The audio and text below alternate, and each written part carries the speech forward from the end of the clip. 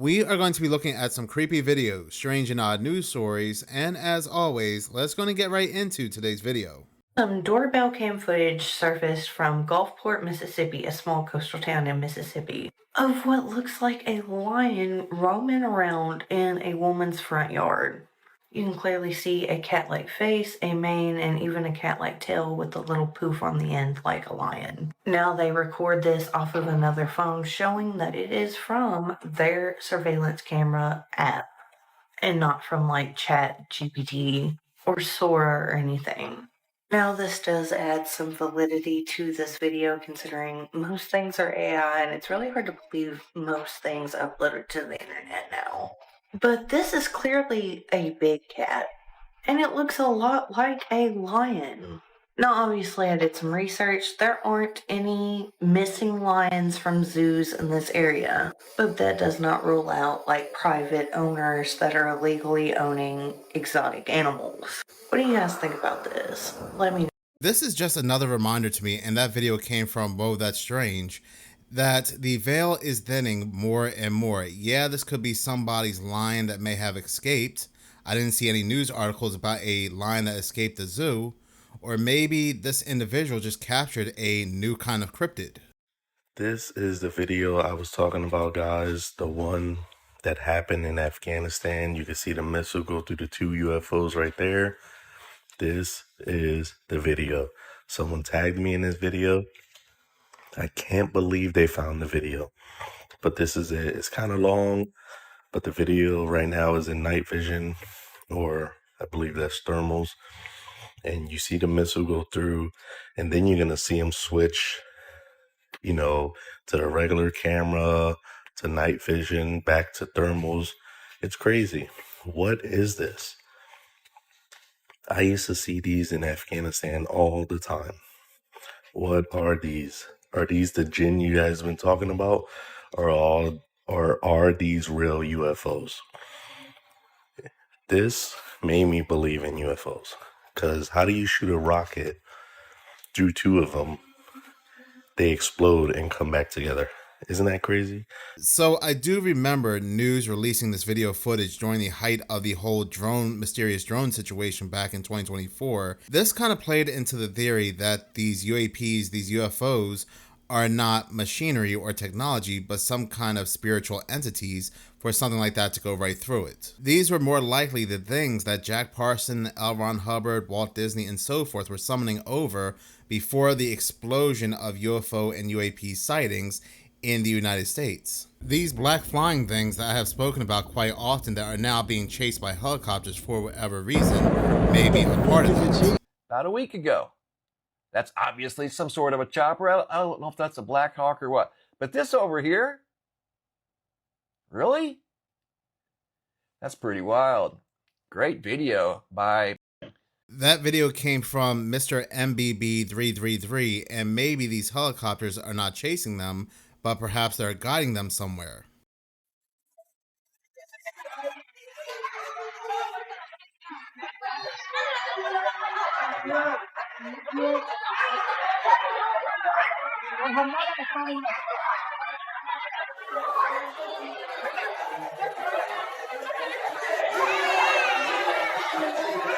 I didn't know. So yeah, that place is called Bubble World. They have one in Georgia, and I do not believe the placement of that pole between that thing's legs was by accident or by a coincidence. And given the fact that this was put there intentionally where kids play, this needs to be investigated a little bit further. Hey! How you doing, Miss Sharon? Good, how are you? Pretty good. Uh-oh, they're coming for you, Sharon! They don't want me. They want Reggie. What's up? Well, we're here for you, ma'am. Definitely here for you. Whoa, why? We're waiting on the detective to get here, but we have, with all the information that we do have, you have a warrant for your arrest. They're teasing. They have to be. Ma'am, we're not. Oh, You can please back up. oh, You can I'm go home. so sorry. No, you're okay. I'm so sorry. Okay, go ahead and go home. Thank you. I don't understand. Yes, ma'am. We'll do it in the front, okay? If you're in the room, the front, we should move. I didn't do anything. What's going on, Sharon? I don't know anything. Hey! So yeah, this story is creepy. So imagine being over 40 years old, 46 years old, and one day you're going through some things only to discover that most of your family is not your real family, your father is not your real father, and your mother's name is not her real name. What happened was back in 1983, the Newton family, they were moving from Kentucky to Georgia to begin a whole new life. They had all new jobs and so forth. The mother and daughter, they go out there first, and then the husband, the father, he goes out there after them, and then when he arrives, they're nowhere to be found. They vanished. Joseph Newton spent years looking for his family. Matter of fact, they made the top 8 most wanted parental kidnapping fugitives, and it was dismissed in 2000. Then 40 years after the both went missing back in 1983, Michelle Newton, who was the daughter, gets a knock at her door with officers officially breaking the news to her, telling her, "You're not who you think you are. You're a missing person." Come to find out, her mother, Deborah, gave them both new identities, fled the state, started a new family, and nobody knew. Nobody knew the wiser. Michelle did not even know she was Michelle Newton. She went by a different name. The thing I don't get is how they identified Sharon as Deborah Newton, because it says right here, earlier this year, 66-year-old Deborah Newton had been spotted in Marion County, Florida, going by a different name. When a Crime Stoppers tip identified the woman as a possible match, a U.S. Marshals Task Force detective compared a recent photo to a 1983 image of Deborah, and a Jefferson County detective confirmed the resemblance. I bet what happened here, and I bet anything, that one of these AI data surveillance cameras picked up this woman somewhere in public, used facial recognition, and it scanned the internet. It went back that she was a missing woman, and that's when police and investigators had gotten involved. I bet you anything, and they're not saying. What are the odds that this woman goes missing for over 40 years with her daughter, nobody can find them, and then now during a time where we're told about all these data surveillance cameras monitoring us and so forth, do they finally find her? But yeah, authorities collected DNA from Deborah's sister in Louisville, and it showed a 99.9% match to the woman in Florida. Michelle, she had to learn that her name wasn't her real name, her family wasn't her real family, but she was able to finally reunite with her real father and her real family after 40 years. Her mother, she is now facing felony custodial kidnapping charges, which carry no statute of limitations in Kentucky. Yeah, when it comes to this story, crazy isn't even the word, and as of right now, nobody still knows what caused Deborah to leave her husband and change their identities. I wanted to show y'all this picture from the Epstein drop. I can't do a whole lot physically right now other than lay around and read and, look at things, scroll through things. My body is very weak, but I was curious. I just wanted to see, what I would come across. And a lot of people have come across some gnarly pictures of him, like, holding little girls. Like, there ain't no damn excuse for you to have your hands on around a little girl. There's no reason for her to be sitting in your lap unless it's your own child. So I'm already grossed out by a lot of the pictures, but people are covering those. But I haven't seen anyone cover this one picture. And the reason this picture struck me is because, as you can see, Epstein is colored green. It looks like maybe someone sat with this picture and colored him green with a marker. But as you can see, it's only him that's colored green.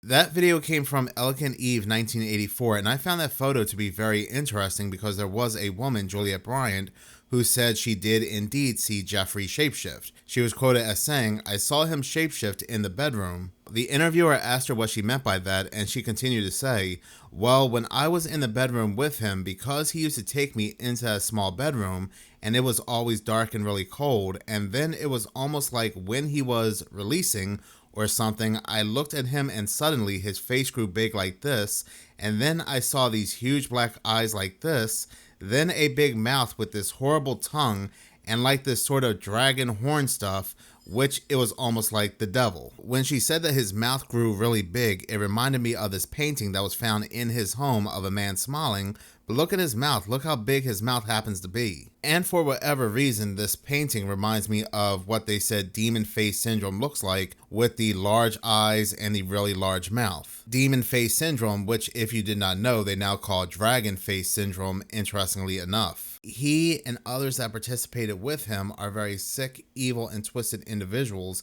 and I can definitely see them being something other than human, because he was very obsessed with DNA, cloning, eugenics. This reminds me of this photo right here of Bill and Hillary Clinton, and this photo is very, very old, years old.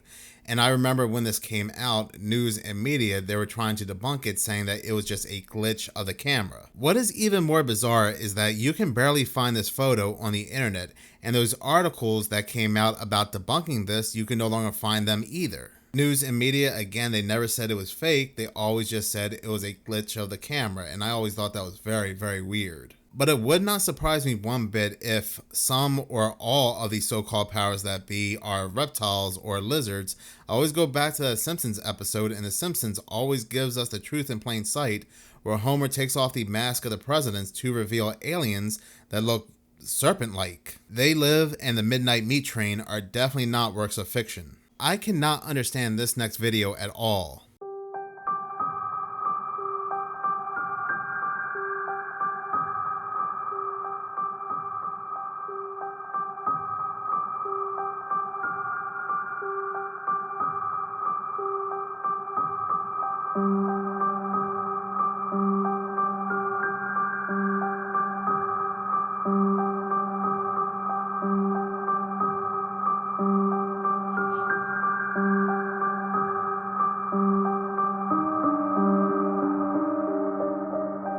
In an astounding turn of events, the property owner witnesses the vanishing of the two strangers, leaving no trace behind.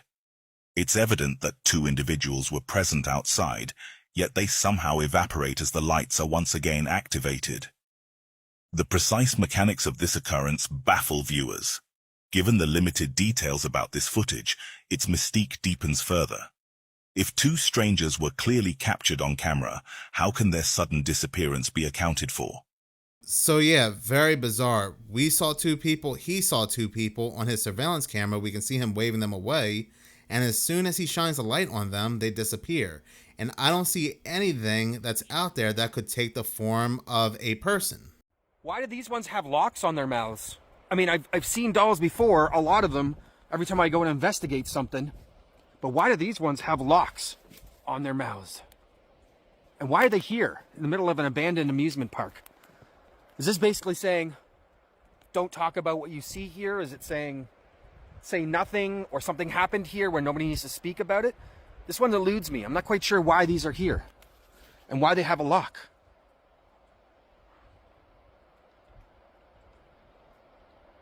That video came from the real Chris Bez, and I know one thing, I hope he doesn't try to take them down and remove those locks. Why are UFOs appearing in 700-year-old manuscripts, mate? Is this actually alien ships or one of humanity's biggest cover-ups? Let's check it out. First up, a 12th century manuscript describing a real event from 776 CE. During a siege on a Saxon castle, witnesses saw flaming, shield-like discs hovering in the sky. The objects appeared to start hovering over the top of the church, and the encounter terrified the attackers into immediate retreat. Now, historians say it could be meteors, but the descriptions sound awfully like modern UFO battles that we've heard throughout history. What do you think? Coincidence or a cover-up? Now let's jump to the 19th century Japan. There's an 1825 book retelling the legend of Utsuro-bun, or Hollow Ship. Fishermen found a round metallic vessel washing ashore, with a beautiful woman inside who spoke an unknown language and clutched a strange box. And there were unknown symbols inscribed inside the vessel itself. The woman wore fine clothes, spoke an unknown language, and clutched a plain wooden box she wouldn't let anybody touch. The vessel contained food, water, and decorated interiors, but no oars or sails. Then, unable to communicate with her specifically, the locals eventually put her back in the vessel and pushed her back out to sea, where she vanished off into the horizon. Now let's jump to the 17th century, Transylvania, a church fresco titled, "Israel, Put Your Hope in the Lord." It shows a domed saucer-like object hovering over a fiery building. Trailing smoke like exhausts, local call it a symbol of divine protection, but UFO hunters see a classic flying saucer.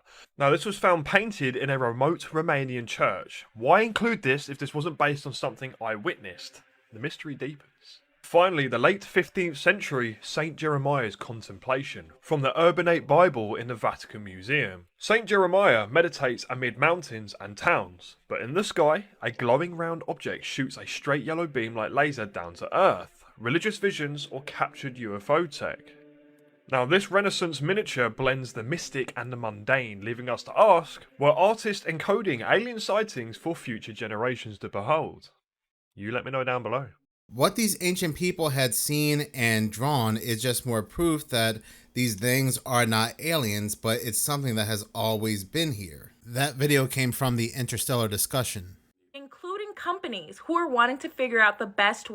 Did you know that tech can actually read your mind real time, and it's been used on the public since the early 2000s? See, tech can be used to look at EEG scans and see your thoughts, intentions, and also emotions. In some of these experiments, they showed the subject 10 different objects. They'd be put into an MRI machine and they would have to think about each object for a few seconds. Afterwards, the machine was able to correctly state each and every single one of these objects out loud. And working only from her brain activity patterns as read out by the scanner, was ready to tell us in its own voice what it believed was the first object Megan had been thinking about. I think the word is knife. The computers can even tell where you have been because based on your brain scans, they can see what scenes are familiar to you. In 2008, this technique was actually used by the police in India, where a woman in India was convicted of unaliving her fiance because based on her EEG scans, they saw that she was familiar with the method of poisoning and the location of his unaliving. And in 2009, they were actually working on technology that was more covert than this. They wanted to use a beam of light that they would project right in the center of your forehead. And based on the reflections from the receptor, it would know exactly what you're thinking. And the person being studied would have no idea that they would have this beam of light on their forehead. Multiple governments and companies at this time were wanting to use this information. Potential tool for It's a potential police tool, absolutely. in the case of break-ins. You might be able to tell if someone's been in an Al-Qaeda training camp before. Have any national security agencies been in touch with you? Not in the US. Anywhere in the world? Yes, in Germany. Including companies who are wanting to figure out the best way to sell towards people. It was called neuromarketing. Scientist Gemma Calvert, co-founder of a London company called Neurosense. Do you have a lot of clients? Yes, such as Unilever, Intel, McDonald's, Procter & Gamble, MTV or Viacom. And she says it's a growing field. What we've seen is a sort of snowballing effect over the last few years. I think there are about 92 neuromarketing agencies worldwide. And at the time of this video in 2009, they had already been using neuromarketing for years. And with so many people saying that their iPhones, their phones in general, their AirPods are reading their minds, I want you to look at this one patent that AirPods has. And don't forget, in 2008, remember they convicted that woman in India based on her EEG scans. Did you know that tech can actually read your mind real time? That video came from Mendy Enchanted, and just take a look at this video, these 5 quotes from the World Economic Forum Brain Architect. Every camera you walk past that is integrated with AI systems increasingly can decode mental states. There's some really interesting research that we can plant false memories in the brain. People believing that they've been at Disney World with characters who are not Disney characters, taking photographs with those characters. Those products are hitting the market this year. What they will be capable of doing is very high-level brain state reading. Things like, are you tired? Are you paying attention? Is your mind wandering? Are you happy or sad? One of the emerging areas that's really interesting in law neuroscience is pain detection. And once we understand the circuitries that cause pain, I guess the question is, could we then instill pain and use that in many coercive measures in the legal system as well? We can pick up and decode faces that you're seeing in your mind. Simple shapes, numbers, your PIN number to your bank account. Every camera you walk past that is integrated with AI systems increasingly can decode mental states. There's some really interesting research that They are always looking for ways to control us right down to our minds. They even want to know what we're thinking. That is crazy. Not even our own thoughts are private. We don't talk nearly enough about how utterly terrifying it must have been to be on this bridge back on August 1st, 2007. It was a Wednesday during rush hour when the I-35 West Bridge sprawling over the Mississippi River began flooding with cars. Per usual, most of Minneapolis had just gotten off from their daily shift at work and were just trying to make it home, but sadly, that wouldn't be the case for everyone. Because at about 6:05 p.m., the 8-lane bridge collapsed under the weight of the slowed traffic. The bridge measured about 1,900 feet long, and in an instant, 456 feet of the bridge had dropped into the river, a 108-foot drop into the water or onto the riverbed. 111 vehicles in total had fallen off the bridge, and it all happened without warning, leaving no time for people to escape. In the blink of an eye, people that were just comfortably sitting in their vehicles on their daily drive home were now fighting their way out of rising waters, or were immediately crushed by falling sections of concrete. As the bridge had been undergoing resurfacing that day, the heavy machinery sitting along the roadway just added more pressure to the steel plates that would snap. Nearly 150 people were injured during the bridge collapse and 13 people died. Among the victims was this man, Peter Hausman, a 47-year-old computer security specialist. Peter had been on the phone with his wife when the bridge collapsed and the phone line went dead. Although he survived the initial fall, Peter went back into the water attempting to reach a pregnant mother and her child who were trapped in a car. Unfortunately, he was unable to save them, and his body wouldn't be recovered until 9 days later. But Peter is still remembered as a hero. That video came from Oddities on Elm Street, and yeah, the I-35 bridge collapse is absolutely terrifying when you read the story about it. These people, they had absolutely no idea the bridge was collapsing. It was just sudden, and it took them right away. 13 people passed away, and over 100 more were injured. But still, it's stories like these and other stories still to this day, because I had spoken about how 9 bridges had collapsed in Minnesota during these floods, just really puts into perspective the United States infrastructure. Okay, so I just found out there's a whole giant glass world hidden in the Arizona desert that most people don't even know about, and the ones that do barely ever talk about it. Did y'all know about this? This is called Biosphere 2 because supposedly the real Earth is Biosphere 1, and in the 80s there's a billionaire whose name was Ed Bass. He dumped about 150 to 200 million dollars into this project that took about 4 years, that has a rainforest, an ocean, a desert, like the whole deal, pretty much a whole mimic of the real Earth. And they sent people to go live in there for 2 years sealed to see what it would be like to live in a whole new world. Y'all, they locked 8 people up in there for 2 years trying to see how humans could survive in a closed ecosystem like we need on Mars. And at first people thought this was this whole utopian sci-fi breakthrough, but then the oxygen started disappearing, the pollinators started to die out. Quite literally, the people were starving. There was not enough food. People started to break off into teams, barely talking to each other. It went crazy. The crops were failing, and people started feeling like they were not being honest about what was going on, because this was supposed to be sealed off, but they were supposedly getting oxygen from the outside.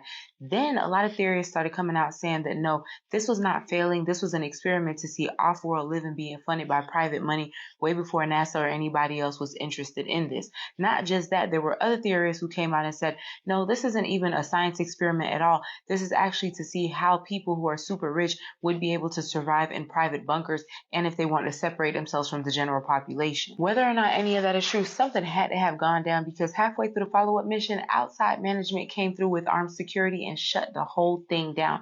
To this day, people still argue as to what exactly happened. Why this part of this whole thing is that Biosphere 2 is still very much there to this day. Right now, it's owned by the University of Arizona, and they study climate change as well as ecosystems and how the Earth works instead of supposedly trying to replace it. But it makes you wonder, because in the 80s, how do y'all pour 200 million into this, come out with some information, and then just duck off, don't tell anybody else anything, and just shut the whole thing down? That lets me know that they either discovered something or something happened that they followed through elsewhere without disclosing it to the public.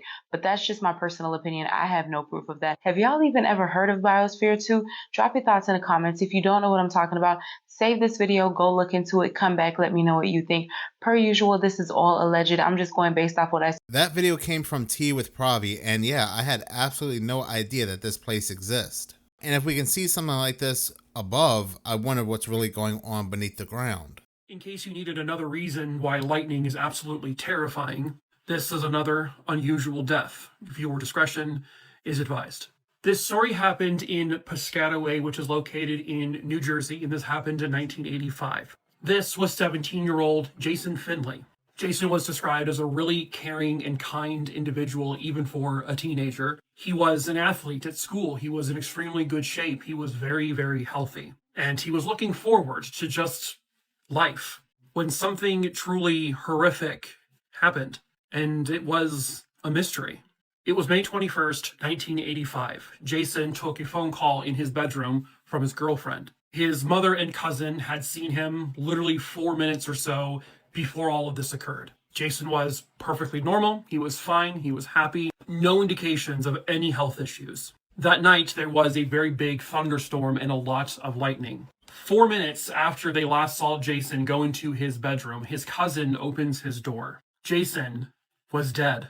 The phone still basically clutched to the side of his head. There were no outward signs of any trauma. His girlfriend was still on the line. She would say that it went silent for a second, then she heard a click or two, and that was it.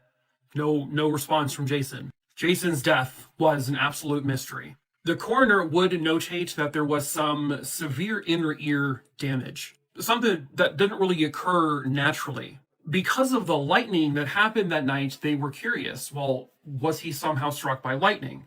They checked all of the phone lines and the cords and everything. Obviously, this is before we had cell phones. There was no serious damage to any of the cords. And so they were just perplexed. But after several examinations, they determined that the damage in his ear was caused by electrocution. Lightning struck his home or something outside of his home, which then caused an electrical surge to go through all of the wiring. And this would shoot rapidly through the phone line, which would then go right into the phone where he was holding it to his ear. And then it sent an intense bolt into his ear, which then caused a severe rupture of his inner ear. As a matter of fact, a couple of weeks before this happened to Jason, the same thing happened to another individual who actually survived. He was on the phone during a lightning storm, and it shocked his ear. But the lightning that struck Jason's home must have been just a lot more severe than that other man. Jason would have died instantly. There was likely no pain or suffering.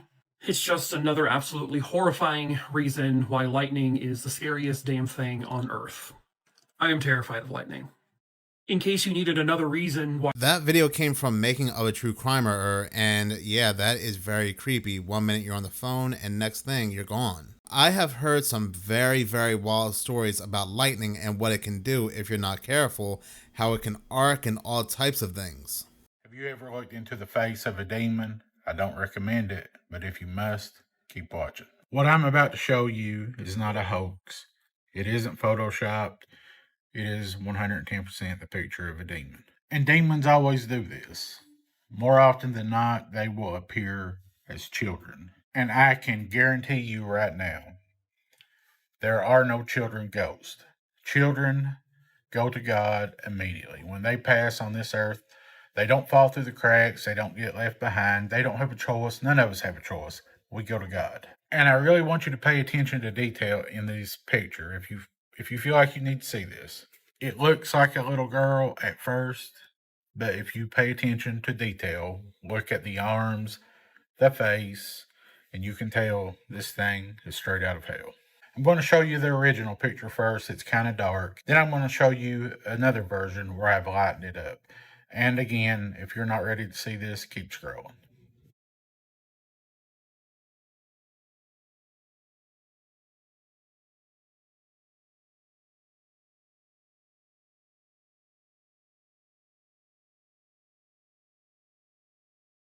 Have you ever looked into the face of a demon? I don't recommend it, but if you must, keep watching. What I'm about to show you is not a hoax. It isn't photoshopped. It is 110% the picture of a demon. And demons always do this. More often than not, they will appear as children. And I can guarantee you right now, there are no children ghosts. Children go to God immediately. When they pass on this earth, they don't fall through the cracks. They don't get left behind. They don't have a choice. None of us have a choice. We go to God. And I really want you to pay attention to detail in this picture if you feel like you need to see this. It looks like a little girl at first, but if you pay attention to detail, look at the arms, the face, and you can tell this thing is straight out of hell. I'm going to show you the original picture first. It's kind of dark. Then I'm going to show you another version where I've lightened it up. And again, if you're not ready to see this, keep scrolling.